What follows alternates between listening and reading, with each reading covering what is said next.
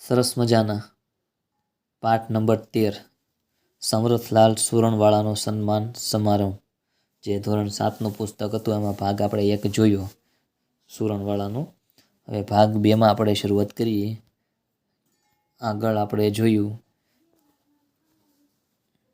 કે બટાકું જેમ બધા સાથે હળી મળીને ભળી જાય છે, એવી જ રીતે સમરથલાલ શેઠ જે છે એ બધાની સાથે હળી મળીને પ્રિય થઈ જાય છે. એ જ રીતે કે આગળ એવું કહે છે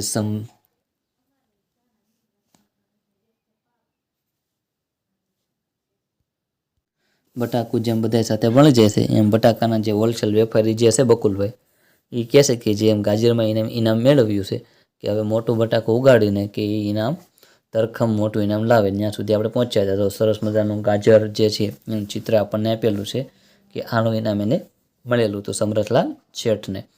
ત્યાંથી આપણે આગળ થોડાક ગાડી હંકારીએ એટલે થોડોક વધારે ખ્યાલ આવી જાય આપણને. શું કહે છે આગળ કે સભાજનોએ બક્કુભાઈની અપીલને તાળીઓથી વધાવી લીધી. એટલે સભાજનોને જે લોકો સભા બેસનાર જે લોકો હતા એને બક્કુભાઈ બટાટાવાળા જે છે બકુલભાઈ એને કે અપીલને કે તાળીઓથી વધાવી લીધી. કે એની ઈચ્છા આવી હતી કે જે સમરથલાલ જે છે એ બટાટાની જેમ મોટું બટાટું ઉગાડીને ધરખમ મોટું ઇનામ લાવે. હવે શું છે આગળ જે સન્માન કરવા જે આવે છે ભાઈ ડુંગળીવાળા ડાહિયાભાઈ, એ શેઠ ડાહિયાભાઈ શેઠ બિરદાવતા કહે એટલે એનું સન્માન કરતા કહે છે કે સુરણવાળા શેઠને કોઈ ભલે લસણવાળા સાથે સરખાવે, બકુલભાઈ ભલે તેમને બટાકા જેવા કહે, પણ હું તો સમરથ શેઠને ડુંગળીના દડા સાથે જ સરખાવી છે. ડુંગળીવાળા ડાયાભાઈ એટલે એ તો ડુંગળીના જ વખાણ કરવાના છે કે ડુંગળી એ ગરીબો માટે આશીર્વાદ છે, કે ડુંગળી વિના દુનિયા ડૂલ થઈ જાય. એટલે ડુંગળી વગર તો કોઈને ખ્યાલ જ નહીં, એટલે દુનિયા ગુમ થઈ જાય એમ.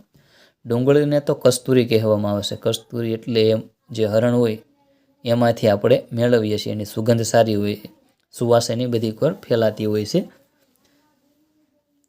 બટાકાને તો બાફવું પડે. હવે શું કહે છે હવે કહે છે કે બટાકાને તો બાફવું પડે એમ, કે ડુંગળી તો કાચીને કાચી ખાઈ શકાય.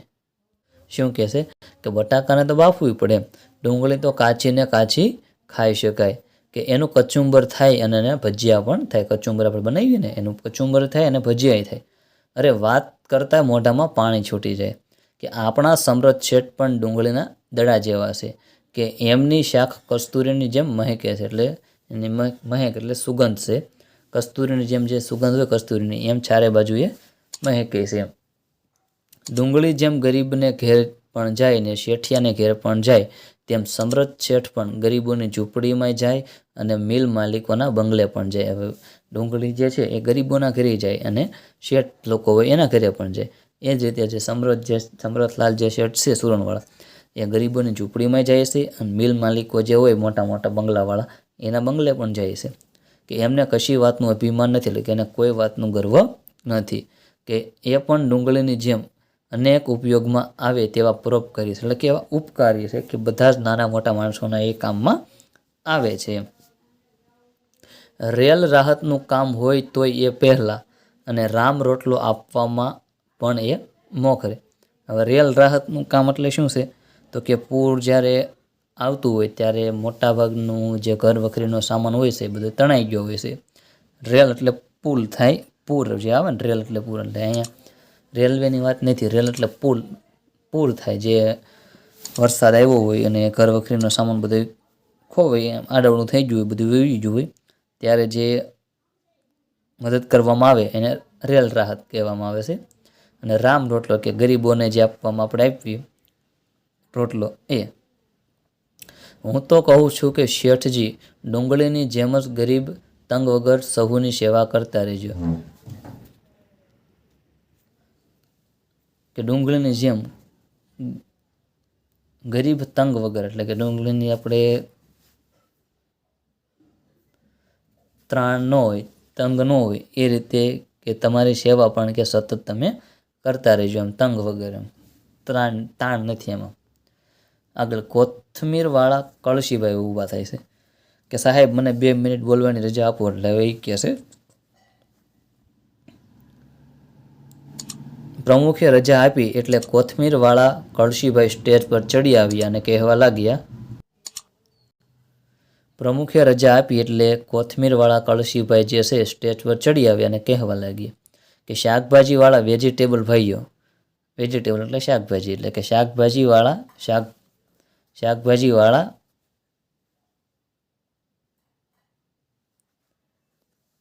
શાકભાજી ભાઈઓ એટલે વેજીટેબલ એટલે શાકભાજી, કે શેઠ સમરથલાલ વેજીટેબલના વેપારી છે. એટલે કે વેજીટેબલ એટલે શાકભાજી, એટલે કે શેઠ જે છે સમરથલાલ એ શાકભાજીના વેપારી છે.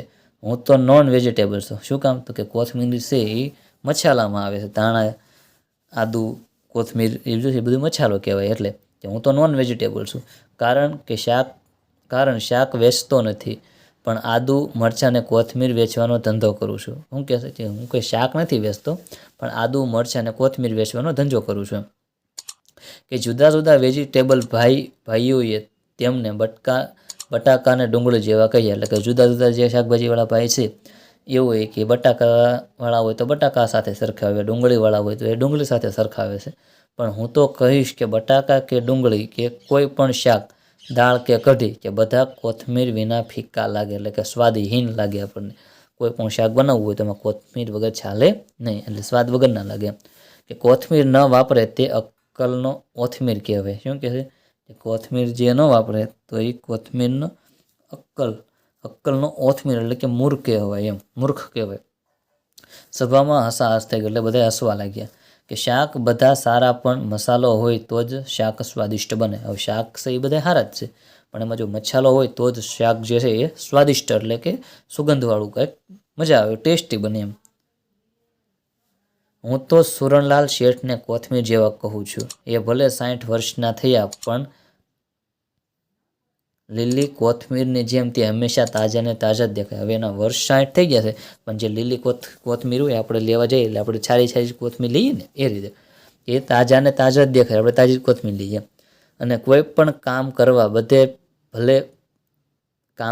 બધા કે ભલે ભેગા થયા, પણ શેઠ ના હોય તો કામ ફીકું પડી જાય. આપણે બધા કામ કરવા ભેગા થઈએ જઈએ, પણ મેન વ્યક્તિ જો ન હોય તો કામ કંઈ ફીકું એટલે કે રસ વગરનું થઈ જાય, કે મજા આવે નહીં. કે શેઠ કામ હાથ પર લે એટલે કામમાં મગમગાટ આવે. એટલે જો શેઠ આવી જાય તો કામ કરવાની ઈચ્છા વધારે મજા આવે, મગમગાટ આવી જાય કે ઉત્સાહ આવી જાય, એમ મહેકી જાય. કે બસ મારે તો આટલું જ કહેવાનું છે. શેઠ હંમેશા લીલાછમ કોથમીર જેવા રહે એવી ઈશ્વરને પ્રાર્થના. એટલે કળશીભાઈ જે છે એ કહે છે કે શેઠ લીલાછમ કોથમીર જેવા રહે એવી ઈશ્વરને પ્રાર્થના કરું છું. કે સમરથલાલ સુરણવાળાએ સન્માનનો જવાબ આપતા, હવે સુરણવાળા જે સમરથલાલ જે છે એ ઊભા થાય છે અને કહે છે, જવાબ આપતા કહે છે કે હું બટાકા જેવો છું કે શક્કરિયા જેવો કે ડુંગળી જેવો, તમે મને તો જેવો કે ડુંગળી જેવો તેની મને તો કશી જ ખબર નથી. હવે તમે બધા મને બટાકા જેવો કહો છો, શક્કરિયા જેવો કહો છો, ડુંગળી જેવો કહો, પણ એની મને કશી ખબર નથી. મારા ઘરમાં તો મને મરચાં જેવો જ કહે છે. એટલે મારા ઘરમાં તો બધા મને મરચાં જેવો જ કહે છે. હું તો સીધો સાદો શાકનો વેપારી છું. કે સુરણવાળા મારા દાદા હતા. કે હું તો સીધો એટલે સાદો માણસ, એક સામાન્ય કે શાકનો વેપારી છું. કે સુરણવાળા તો મારા દાદા હતા. હું પોતે ગાજરવાળો છું. સુરણવાળા મારા દાદા, હું પોતે ગાજરવાળો છું. મારા જમાઈને જમરૂખના વેપારી છે. જે મારા જમાઈ છે એ જમરૂખના વેપારી છે. જમરૂખના શાળા અને શક્કરિયાનો વેપાર, અને શાળા જે છે એને શક્કરિયાનો વેપાર છે. કે અમારા આખા કુટુંબને તમે વેજીટેબલ ફેમિલી કહી શકો, એટલે કે શાકભાજીની ફેમિલી તમે કહી શકો. કે આપણે બધા જ શાકના વેપારીઓ એકસાથે ભળીને કે પંચકૂટિયા શાક જેવા સ્વાદિષ્ટ થાય છે. કે અલગ અલગ પ્રકારમાંથી બનાવવામાં આવતું શાક, કે જુદી જુદી જાતના શાક ભેગા કરીને બનાવેલું શાક, એને કહેવાય પંચકૂટિયું શાક. આપણા પરસ્પરના એકાબીજીના સહકારથી જ કે શાકભાજી ઊંચા આવશે એવી મને આશા છે. કે આપણે બધા એકસાથે જોડાયેલા રહીશું તો શાકભાજી જે છે એ ઊંચા આવશે એવી મને આશા છે. કે મેં ગાજરમાં ઇનામ મેળવીને કંઈ ભેંડો માર્યો નથી. એટલે કે મેં ગાજરમાં ઇનામ મેળવીને કંઈ ભેંડો માર્યો એટલે કે ધાડ નથી મારી, એમ કહ્યું. પણ હવે 1.25 મણનું શક્કરિયું ઉગાડવાનો પ્રયત્ન છે. કે હવે 1.25 મણનું શક્કરિયું ઉગાડવાનો પ્રયત્ન છે. પ્રભુની ઈચ્છા. તમારા બધાનો ખૂબ ખૂબ આભારી છું. કે હવે શક્કરિયામાંથી એવોર્ડ લેવો છે, વિજેતા થવું છે કે એવી પ્રયત્ન છે અને પ્રભુની ઈચ્છા અને તમારો બધાનો ખૂબ આભારી છું. શ્રેષ્ઠ હાસ્ય રચનાઓમાંથી લીધેલું સરસ મજાનું હાસ્ય નિબંધ. હવે શબ્દાર્થ આપણે થોડાક જોઈ લઈએ. 100 વર્ષ પૂરા કરવા એટલે કે લાંબુ આયુષ્ય ભોગવવું. પરી છે એટલે ઓળખાણ, હોલ એટલે મોટો ખંડ થશે અને હોલસેલ એટલે જથ્થાબંધ વેચાણ, મઘમઘાટ એટલે મહેકવું, મિક્સ એટલે મળી જવું તે, અને વેજીટેબલ એટલે શાકભાજી, પંચકુટિયું શાક એટલે જુદી જુદી જાતના જે શાક ભેગા કરીને બનાવવામાં આવતું શાક. પેંડો મારવો એટલે કે ધાડ મારવી. પ્રમુખો એટલે સભાપતિ, અધ્યક્ષ, મુખ્ય વ્યક્તિ, અને રેલ રાહત એટલે પૂર્વ વખતે કરવામાં આવતું રાહતનું કાર્ય, અને સભાસદ એટલે સભામાં બેઠેલા લોકો. સરસ મજાના પાઠની સમજૂતી આ વિડીયોના માધ્યમથી આપણે મેળવી. હવે વિડીયો અહીંયા પૂર્ણ કરીશું. ફરી પાછા નેક્સ્ટ વિડીયો સાથે નવી મુલાકાત થશે. મળીએ પાછા બીજા વિડીયોમાં.